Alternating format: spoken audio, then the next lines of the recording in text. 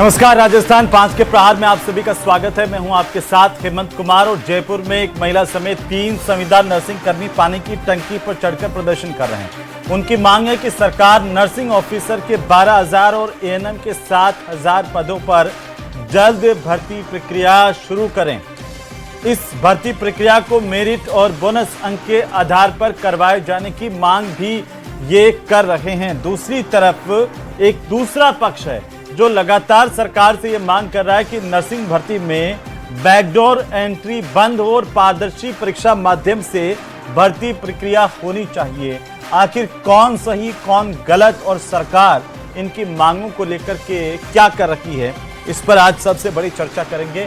पहले आप रिपोर्ट देखिए। संविदा नर्सिंग कर्मियों का आंदोलन हुआ तेज। मेरिट प्लस बोनस के आधार पर भर्ती की इनकी मांग थी। अब आखिरकार इन्हें पानी की टंकी पर चढ़ना पड़ा। 3 नर्सिंग कर्मी रात भर से पानी की टंकी के ऊपर। नर्सिंग भर्ती में मेरिट के साथ बोनस अंक देने की मांग। अपनी मांगों को लेकर के अड़िग हैं और स्पष्ट रूप से उनका मैसेज है कि जब तक उनकी मांगें नहीं मानी जाएंगी वो अपनी मांग को लेकर के पीछे हटने वाले नहीं हैं। 3 संविदा नर्सिंग कर्मी पानी की टंकी पर चढ़े। नर्सेज संघर्ष समिति ने कहा, नियमों में संशोधन नहीं करे सरकार। नर्सिंग कर्मियों की पुकार, भर्ती करो सरकार। तो नर्सिंग कर्मियों में भी अलग अलग राय और अलग अलग मत सामने आ रहे हैं। जो स्टूडेंट्स हैं, जो अभी नर्सिंग करके निकले हैं, जो फ्रेश हैं पूरी तरह से, वो लगातार ये मांग करते रहे कि बैकडोर से एंट्री बंद होनी चाहिए। पहले निविदा संविदा के माध्यम से भर्ती होती है और उसके बाद उनको परमानेंट करने की प्रक्रिया पिछले कई सालों से कुछ इसी तरह से होता आया था। लेकिन सरकार ने अब नियमों में बदलाव किया। सीएसआर के माध्यम से भी जो लोग पहले से संविदा पर लगे हुए हैं उनके लिए भी बाकायदा नियम बनाए गए हैं। लेकिन इसके बावजूद क्यों एक पक्ष जो है वो टंकी पर चढ़ करके प्रदर्शन कर रहा है, उनकी मांग क्या है और उनकी मांगों का समाधान क्या है, इन सब पर चर्चा करने के लिए हमारे साथ खास मेहमान जुड़ रहे हैं। मैं सबसे पहले परिचय करवा दूं हमारे मेहमानों का। हमारे साथ वीरेंद्र शर्मा हैं, भारतीय जनता पार्टी के प्रदेश के प्रवक्ता। प्रतीक सिंह हमारे साथ हैं, कांग्रेस पार्टी के प्रदेश के प्रवक्ता। और इस वक्त प्रदीप चौधरी हमारे साथ हैं, आप अध्यक्ष हैं नर्सिंग भर्ती संघर्ष समिति के। सबका स्वागत है, सबका अभिनंदन है। सबसे पहले प्रदीप जी, मैं आपसे शुरू करना चाहता हूं कि आप लोगों का पक्ष क्या है और क्यों ये नर्सिंग संविदा नर्सिंग कर्मी जो हैं वो सीएसआर रूल्स सरकार ने बना दिए, उसके बावजूद भी टंकी पर चढ़ने के लिए प्रदर्शन करने के लिए मजबूर हैं। दूसरी तरफ कुछ नर्सेज लगातार कई दिनों से धरने पर बैठे हुए हैं, प्रदर्शन कर रहे हैं। ऐसी स्थितियां क्यों हैं?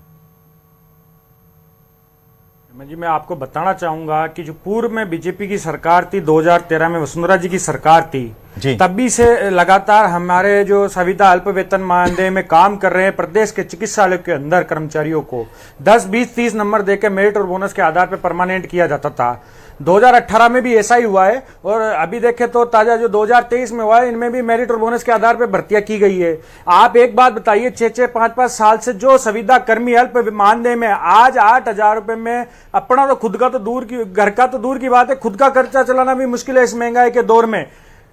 जयपुर में एक कमरा लेकर रहना, नौकरी करना भी एक आदमी सक्षम नहीं है। लेकिन आप एक बात बताइए, जब 5 साल से 7 साल से संविदा कर्मचारी काम कर रहा है तो उनके भविष्य के साथ क्यों खिलवाड़ किया जा रहा है? पहले आप उनको परमानेंट कीजिए, फिर आपके नियमों में बदलाव कीजिए, हम स्वागत करेंगे। लेकिन क्या जब संविदा पर लगे थे उसमें ये क्लॉज था कि इनको परमानेंट करेंगे? सर, शुरू से ही होता है परमानेंट, जब हमारा बोनस का प्रावधान है 10, 20, 30 नंबर। क्या आपको जब संविदा पर मैं बताना चाहूंगा, बिल्कुल प्रावधान है। मैं आपको बताना चाहूंगा 10, 20, 30 अंकों का हमें प्रावधान है। 1 साल के 10 नंबर, 2 साल के 20 नंबर, 3 साल के 30 नंबर देकर हमें परमानेंट करने का प्रावधान है। जी, तो अब क्या दिक्कत आ रही है? सर, हमें कहीं ना कहीं ऐसा लग रहा है कि सरकार हमारे साथ नहीं है। हम विभागों में जाते हैं तो हमें एक ही जवाब रिटर्न में दिया जाता है कि नियम संशोधन के उपरांत ही भर्ती प्रक्रिया शुरू की जाएगी, जो घोर निंदनीय है। आज 7 साल बाद अगर किताबें छोड़ के आज चिकित्सालय की सेवाएं हमने दी है, हमने कोरोना काल जैसी परिस्थितियों में मरीजों की सेवाएं की है, आज हम कैसे किताब उठा के अचानक पढ़ पाएंगे? 2 महीने बाद भर्ती निकालते हैं तो कोरोना काल में तो हेल्थ वॉरियर्स पहले हमारा नियमित कोरोना हेल्थ वॉरियर्स भी थे कोरोना काल में। जी सर, सभी साथी थे। मैं ये कहना चाहता हूं आज आपको CHA कि की तो हमें आपने परमानेंट कभी नहीं करने के बाद आप नियमों में बदलाव कीजिए। हमने CHA का इसमें प्रावधान है ना, दिनों को जोड़ने का प्रावधान है। जी, अभी तो सरकार नियम बनाएगी कि उनके दिन वीरेंद्र जोड़ेंगे जी, नहीं जोड़ेंगे, चलिए ठीक वो है। भी जो CHA में लगे हुए थे। जी वीरेंद्र जी, ये नौबत क्यों आ रही है? प्रदेश में कुछ आंदोलन कर रहे हैं, कुछ टंकी पर चढ़ रहे हैं, या इनको लग रहा है कि टंकी ही सबसे सस्ता समाधान है, रास्ता है जहां से सरकार सुनती है? देखिए हेमंत जी, 3 विषय हैं जी। पहले तो जो अभ्यर्थी वहां टंकी पर है उनसे आपके चैनल के माध्यम से यही गुजारिश है, ऐसा नहीं करें। लेकिन उन्हें ऐसा इसलिए लग रहा है कि ऐसा करने से समाधान होगा क्योंकि राजस्थान में भारतीय जनता पार्टी दशकों से चल रही समस्याओं का समाधान कर रही है, चाहे वह पांचरा बांध का हो, यमुना जल समझौता हो, नर्मदा हो, या मध्य प्रदेश पंजाब से जो भी हमारे विषय चल रहे थे उनका समाधान हो। कल भी तृतीय श्रेणी शिक्षकों की समस्याओं का समाधान किया है। तो जिस प्रकार के समाधान इन 2.5 वर्षों में भारतीय जनता पार्टी की सरकार ने किए हैं, तो इन अभ्यर्थियों को भी लग रहा है कि उनका भी समाधान होगा।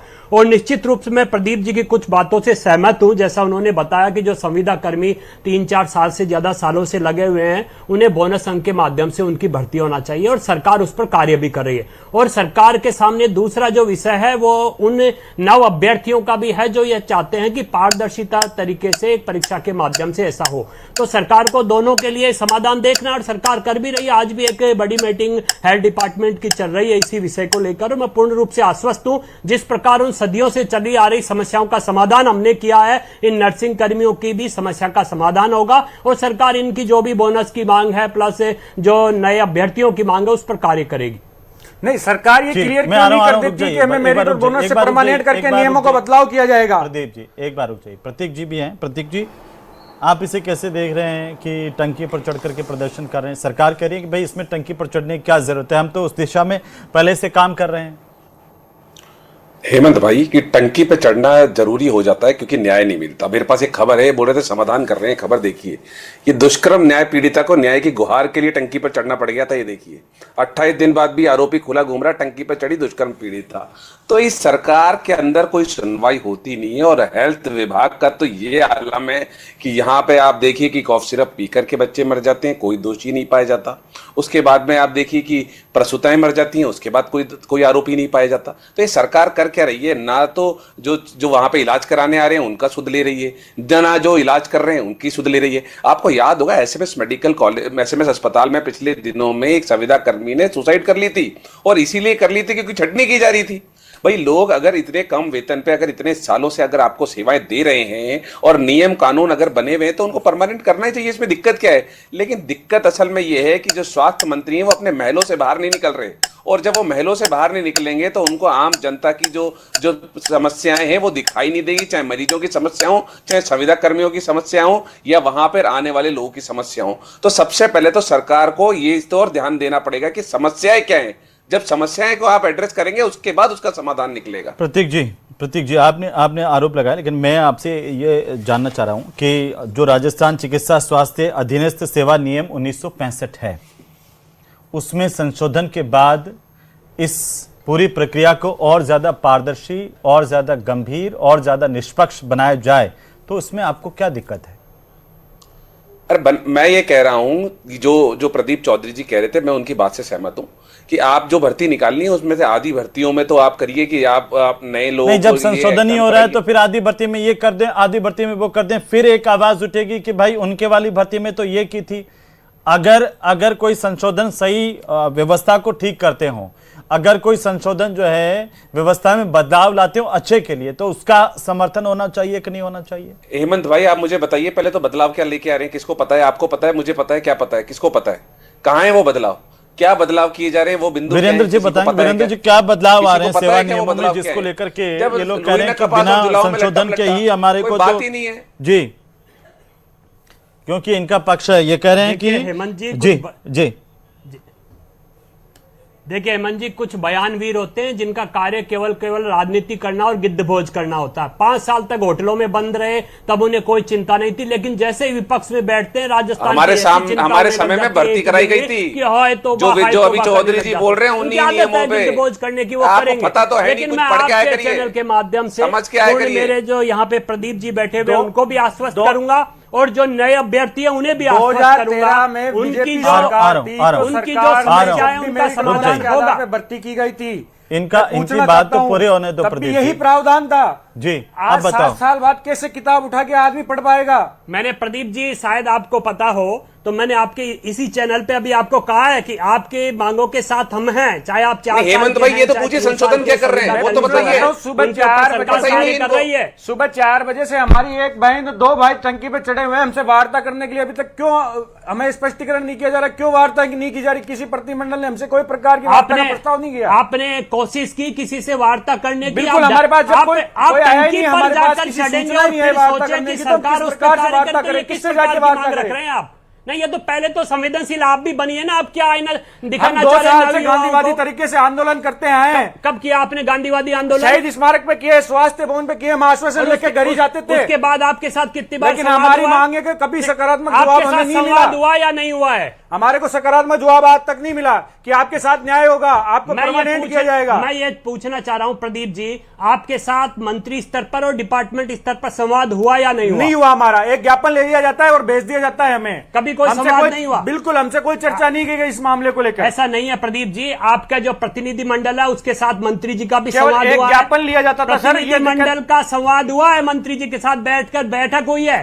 तभी जो आपकी समस्या उन्हें सुना गया, उन पर आवश्यक कार्य के लिए डिपार्टमेंट स्तर पर दीजिए ना, मेरिट बोनस के आधार पर भर्ती होगी। आप डबल स्टैंडर्ड मत स्पष्ट कर दीजिए। अभी तो आप कह रहे हैं कि हमारी कोई मीटिंग नहीं हुई और अभी कह रहे हैं कि स्पष्टीकरण नहीं किया जा रहा। झूठ नहीं बोलना चाहिए। हमसे स्पष्टीकरण किसी प्रकार से नहीं किया जा रहा कि आपके साथ गलत नहीं होगा। इस बात पूर्व के बात मेरिट और बोनस के आधार पर आपकी भर्ती आपको नियमितकरण करके फिर हम नियमों में संशोधन करेंगे। एक क्वेश्चन है मेरा आपसे, सरकार पहले तो ये स्पष्ट करे संविदा पे लगाने से पहले कि हम कोई भी बोनस का प्रावधान आपको नहीं देंगे।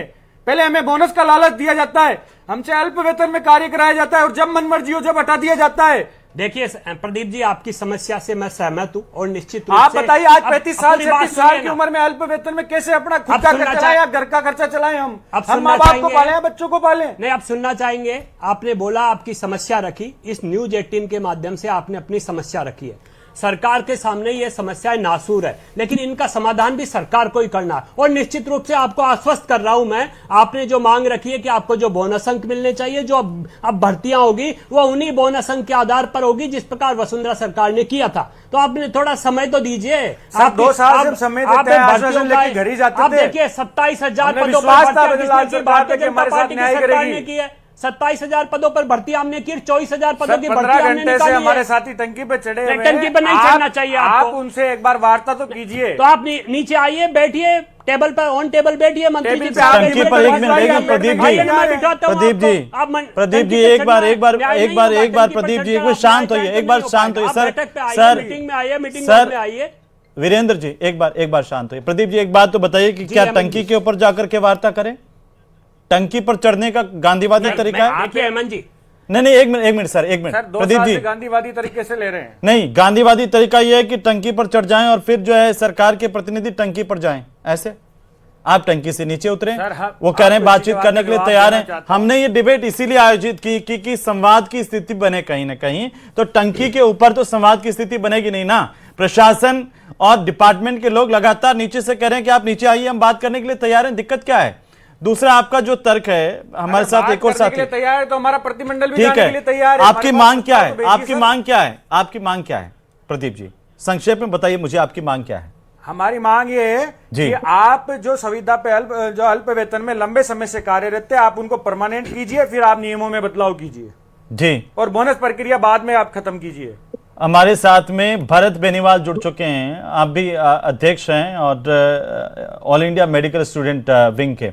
भरत जी बहुत स्वागत है आपका भी न्यूज़ 18 राजस्थान पर। एक लड़ाई आप भी लड़ रहे हैं इस नर्सेज भर्ती को लेकर के, जिसमें लगातार आपने संघर्ष किया। ये प्रदीप जी के जो तर्क हैं उससे सहमत हैं आप कि इनको परमानेंट किया जाना चाहिए और नर्सेज में जो पहले से भर्तियां जैसे पुराने नियमों के अनुसार हो रही थी वैसे ही होनी चाहिए? जी देखिए, संविदा कार्मिकों के नियमितीकरण के लिए 2022 में the contractual service hiring to civil post rules बना दिए गए हैं। उसमें अब जो 2022 के बाद की भर्तियां हुई वो सारी की सारी उन रूल्स से हो रही है, यानी लिखित परीक्षा से संविदा कार्मिकों की भर्ती की जा रही है। अब जो ठेके पे लगे हुए हैं लोग, वो भी लगभग 2023 में जो नर्सिंग ऑफिसर भर्ती हुई या पैरामेडिकल या फार्मेसी की जितनी भर्तियां हुई उनमें पुराने लोग सारे परमानेंट कर दिए गए थे मेरिट प्लस बोनस आधार पे। अब जो नया नियम संशोधन अभी किया जा रहा है तो वो इसलिए किया जा रहा है कि CSR रूल्स से, जब कॉन्ट्रेक्चुअल सर्विस रूल्स से जब संविदा कार्मिकों को लेने लग गए और उनको 5 साल बाद नियमित का प्रावधान कर दिया गया है, यानी 5 साल बाद वो नियमित ऑटोमेटिक हो जाएंगे, ऐसे रूल्स सरकार ने बना दिए और अब उनसे स्क्रीनिंग होने वाली है। सरकार ने बनाए तो अब इनके लिए जो अब निविदा पे संविदा कर्मी कोई भी नहीं चाहता कि भाई लिखित परीक्षा से भर्ती नहीं हो, क्योंकि अभी वर्तमान में जितनी भी भर्तियां हुई हैं संविदा कार्मियों की वो सारी लिखित परीक्षा से हुई हैं, वो योग्य अभ्यर्थी ही चुनकर आए गए हैं। अब जो ये मांग चल रही है ठेका कर्मी यानी निविदा कार्मिकों की चल रही है मेरिट प्लस बोनस की, और वो गिने चुने लोग हैं। मैं ये नहीं कहता कि उनको आप नियमित मत कीजिए पुरानों को, अगर कोई पुराने लंबे समय से बच भी गए। प्रदेश की चिकित्सा व्यवस्था, एक मिनट प्रदीप जी उनकी बात पूरी होने जो आपके बीच में, फिर सब आपके बीच में बोलेंगे ना, ऐसा नहीं, एक बार उनकी सुन लेते हैं फिर आपकी। उनके लिए RMSDL के लिए एक एजेंसी बनाई गई है सरकार के द्वारा, जिसके तहत उनका जो है पुराने लोगों का नियमितीकरण करके, जैसे संविदा कार्मिकों का जो परीक्षा देकर आ रहे हैं उनका नियमितीकरण किया जाता है, वैसे ठेका कार्मिकों के लिए भी एक एजेंसी बनाई जा रही है। लेकिन आज तक 13 साल में एक भी लिखित परीक्षा से भर्ती, स्थायी नर्सिंग ऑफिसर भर्ती, 3 लाख से ऊपर युवा जो वेट कर रहे हैं भर्ती का कि योग्य अभ्यर्थियों को मौका मिल सके, और स्वास्थ्य ढांचे को मजबूत करने के लिए योग्य यानी जो परीक्षा देकर आएगा वो अच्छा होगा, या फिर बैकडोर एंट्री से ठेके पे लगे हुए एजेंसीज हैं जो वो सिर्फ पिक एंड चूज के थ्रू यानी पैसे ले लेकर धांधलियां सामने आ रही हैं। लेकिन भरत जी ये व्यवस्था चलाई किसने? भरत जी आपने बातें बताई है भरत जी, लेकिन ये व्यवस्था चली कहां से और अब इसका सुधार क्या तरीका क्या है? जी सुधार, अगर लिखित परीक्षा से अगर भर्तियां होनी शुरू हो गई तो आगे भविष्य में कोई भी व्यक्ति ठेके पे 7-7 हजार की नौकरी बोनस अंक के लिए नहीं करेगा। और दूसरी बात, उनको पता चल जाएगा कि जो पढ़ेगा, जिसमें योग्यता होगी, जिसमें दम होगा, वही नंबर ला पाएगा। जैसे शिक्षा विभाग है, शिक्षा विभाग में सारी भर्तियां लिखित परीक्षा से होती है, अन्य सारे विभाग है। आज देखिए 4th क्लास की भर्ती भी लिखित परीक्षा से हो रही है, तो चिकित्सा विभाग में मेरिट प्लस बोनस पे क्यों? ठीक है प्रदीप, आप ये बताइए, बोनस दीजिए, आप के साथ बोनस दीजिए, हम कोई मना नहीं करते, बोनस दीजिए जिसमें भाई जिसने अगर कार्य किया है तो भाई हम कह ही नहीं रहे कि आप इनको फायदा मत दीजिए, लेकिन उस युवा का क्या, तो जो 3 लाख युवा बेचारे, तो सरकार इसीलिए तो ये संशोधन कर रही है, इसीलिए तो संशोधन कर रही है कि सारे युवाओं के साथ में निष्पक्षता के साथ न्याय हो सके। अब इसमें गलत क्या है प्रदीप जी, ये बताओ। मैं आपको बताना चाहूंगा हेमंत जी कि जब सरकार बनी 2023 के अंदर, बीजेपी सरकार बनी है, तब हमें कर्मचारियों को लिया गया, जब हमें स्पष्टीकरण क्यों नहीं किया जा रहा? जब स्पष्टीकरण करती ना सरकार कि हम आपको परमानेंट नहीं करेंगे, हमें सरकार काम मना कर रही है अभी भी आपको परमानेंट करने से? सरकार काम मना कर रही है, सरकार मनाई कर रही है। जब नियम ही चेंज हो जाएगा तो कहां से परमानेंट होंगे सर? मैं आपसे पूछना चाहता हूं, जब नियम ही चेंज हो जाएगा कहां हमारे परमानेंट का प्रावधान रहा? आप हमें परमानेंट कीजिए और फिर स्पष्टीकरण कीजिए कि बिल्कुल आप बोनस प्रक्रिया। कितने लोग हैं आपके निविदा पर? कितने लोग हैं? आराम से कितने लोग हैं आप लोगों के जो निविदा पर इस तरह से अटके हुए हैं? और ये जो पूरे राजस्थान की बात करें तो 20,000 कर्मचारी हमारे लंबे समय से कार्यरत हैं, निविदा पर हैं। निविदा पर है ना आप? ये जो एजेंसी है जी, जो ये एजेंसीज है, ये बैकडोर एंट्रियां करवाती है, कोई भी परीक्षा का कोई माध्यम नहीं है इनका, कि जो भी जिसकी जानकारी देती ना बैकडोर एंट्री सरकार ने क्यों चालू रखी? किसने की थी भर्ती? बैकडोर एंट्री ये गंभीर मामला है, बड़ा गंभीर मामला है, पेचीदा मामला है, और इसीलिए सरकार को वक्त लग रहा है प्रतीक जी, इसीलिए इसमें वक्त लग रहा है। सर इसमें साफ तौर पे लिखा रहता है कि एक करके आपको हटाया जाएगा, जब यहाँ पर स्थायी कर्मचारियों की नियुक्ति होगी तब निविदा कर्मियों को हटा दिया जाएगा, स्पष्ट रूप से उसमें लिखा हुआ रहता है। क्यों ज्वाइन किया जाता है? जब 2000 में आपको लगता है कि भी शोषण हो रहा है तो ज्वाइन नहीं करना चाहिए। फिर 1 साल का 10 नंबर बोनस क्यों दिया जाता है भरत जी? आके खोलिए आप सोचिए लंबे समय से। अभी तो आप कह रहे थे हमारे को, नहीं प्रदीप जी प्रावधान था 1 साल के 10 बोनस अंक। अभी आप कह रहे थे कि हमारे को उस टाइम नहीं बताया गया। अभी ये बेनीवाल जी कह रहे हैं कि उस टाइम ज्वाइनिंग से पहले लिखा हुआ होता है कि आपको परमानेंट नहीं किया जाएगा। स्पष्ट कहा हुआ होता है 6 महीने के लिए आपको रखा जा रहा है। अगर सरकार चाहेगी भाई लिखा हुआ उसमें जब ज्वाइन करवाते हैं तब तो भर्ती करेंगे, जब भी तो स्ट्राइकरण आते ही वो अपने आप हटेगा कर्मचारी।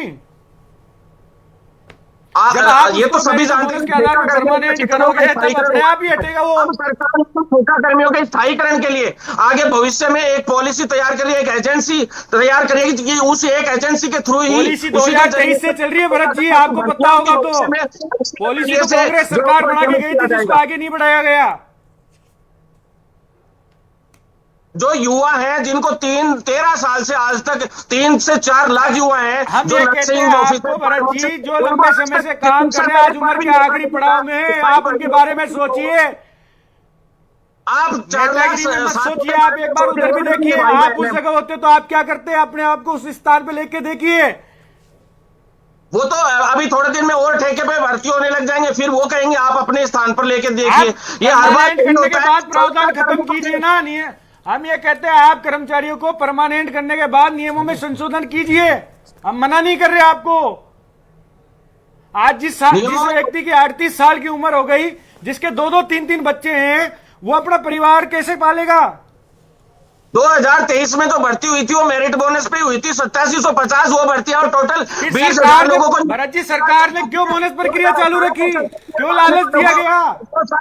2 साल है ना, 2 साल हुए तो वापस भर्ती आ रही है अभी। यानी कि 2 साल में क्या उन लोगों को, मतलब 2 ही साल में वो लोग ये हो गए कि भाई हर हाल में उनको परमानेंट होना है। मतलब जो लोग संविदा कार्मिक 10-10 साल से कर रहे थे उनको 6 साल परमानेंट किया जा रहा है। 2023 के अंदर कई लोगों के 2-2 साल हुए थे, आज उनको 5 से 6 साल हो गए।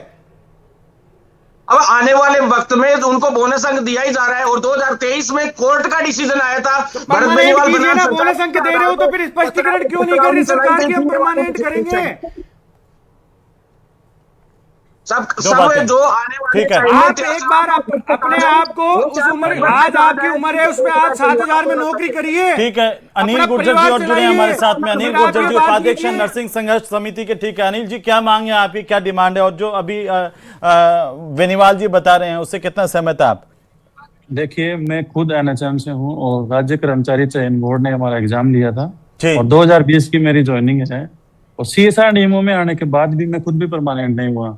ये एक दुर्भाग्य है, 6 साल होने के बाद भी परमानेंट नहीं हुआ, तो ये कैसी दोहरी नीति है? आप एनआरएचएम से हैं? एनआरएचएम से? बिल्कुल एनआरएचएम से। एनआरएचएम में ज्वाइनिंग से सबसे पहले ये लिखा है कि इसमें परमानेंट का ऑप्शन नहीं होगा। नहीं, ऐसा कुछ नहीं लिखा हुआ सर। ज्वाइनिंग का लेटर का कॉन्ट्रैक्ट आपने जो एनआरएचएम का किया उसमें लिखा हुआ कि नहीं लिखा हुआ है? नहीं, ऐसा कुछ नहीं। उसमें परमानेंट का वादा है कहीं? अब दोबारा एग्जाम नहीं, परमानेंट का ऐसा वादा है कहीं? एक मिनट हाँ, उनको तो सर मेरा इतना सा है कि जब मैं एग्जाम देके पहले से उस पोस्ट के लिए लगा हूँ संविदा पे, तो दोबारा उसी पोस्ट के लिए मेरे से एग्जाम क्यों? और ये अगर स्थायीकरण चाहते हैं वास्तव में, तो ये सीएसआर सेवा में जो लगे हुए हैं एनएचएम के, उसका विरोध क्यों नहीं करते हैं कि 18,900 में एग्जाम देके बंदा क्यों लग रहा है? लगना है तो फिर वो परमानेंट पोस्ट के लिए लगेगा ना। इनको केवल और केवल हमारा ही विरोध करना है कि इनको बोनस ना मिले। ये दोहरी मानसिकता क्यों इनकी? सब कह रहे हैं हम बोनस के लिए तो सब कह ही रहे हैं। नहीं, दोहरी मानसिकता क्यों?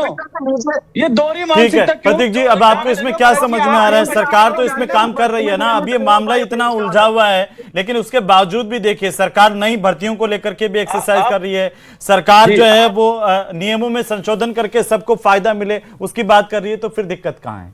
नहीं, नियमों में संशोधन होने से फायदा कहाँ है? इसमें अलग अलग केंद्र है, 108 भी है, एनएचएम है। एक मिनट भाई, सारे लोगों को, जितने भी लोग यहाँ हैं उनको सबको पता लगना चाहिए ना कि नियमों में संशोधन क्या हो रहा है।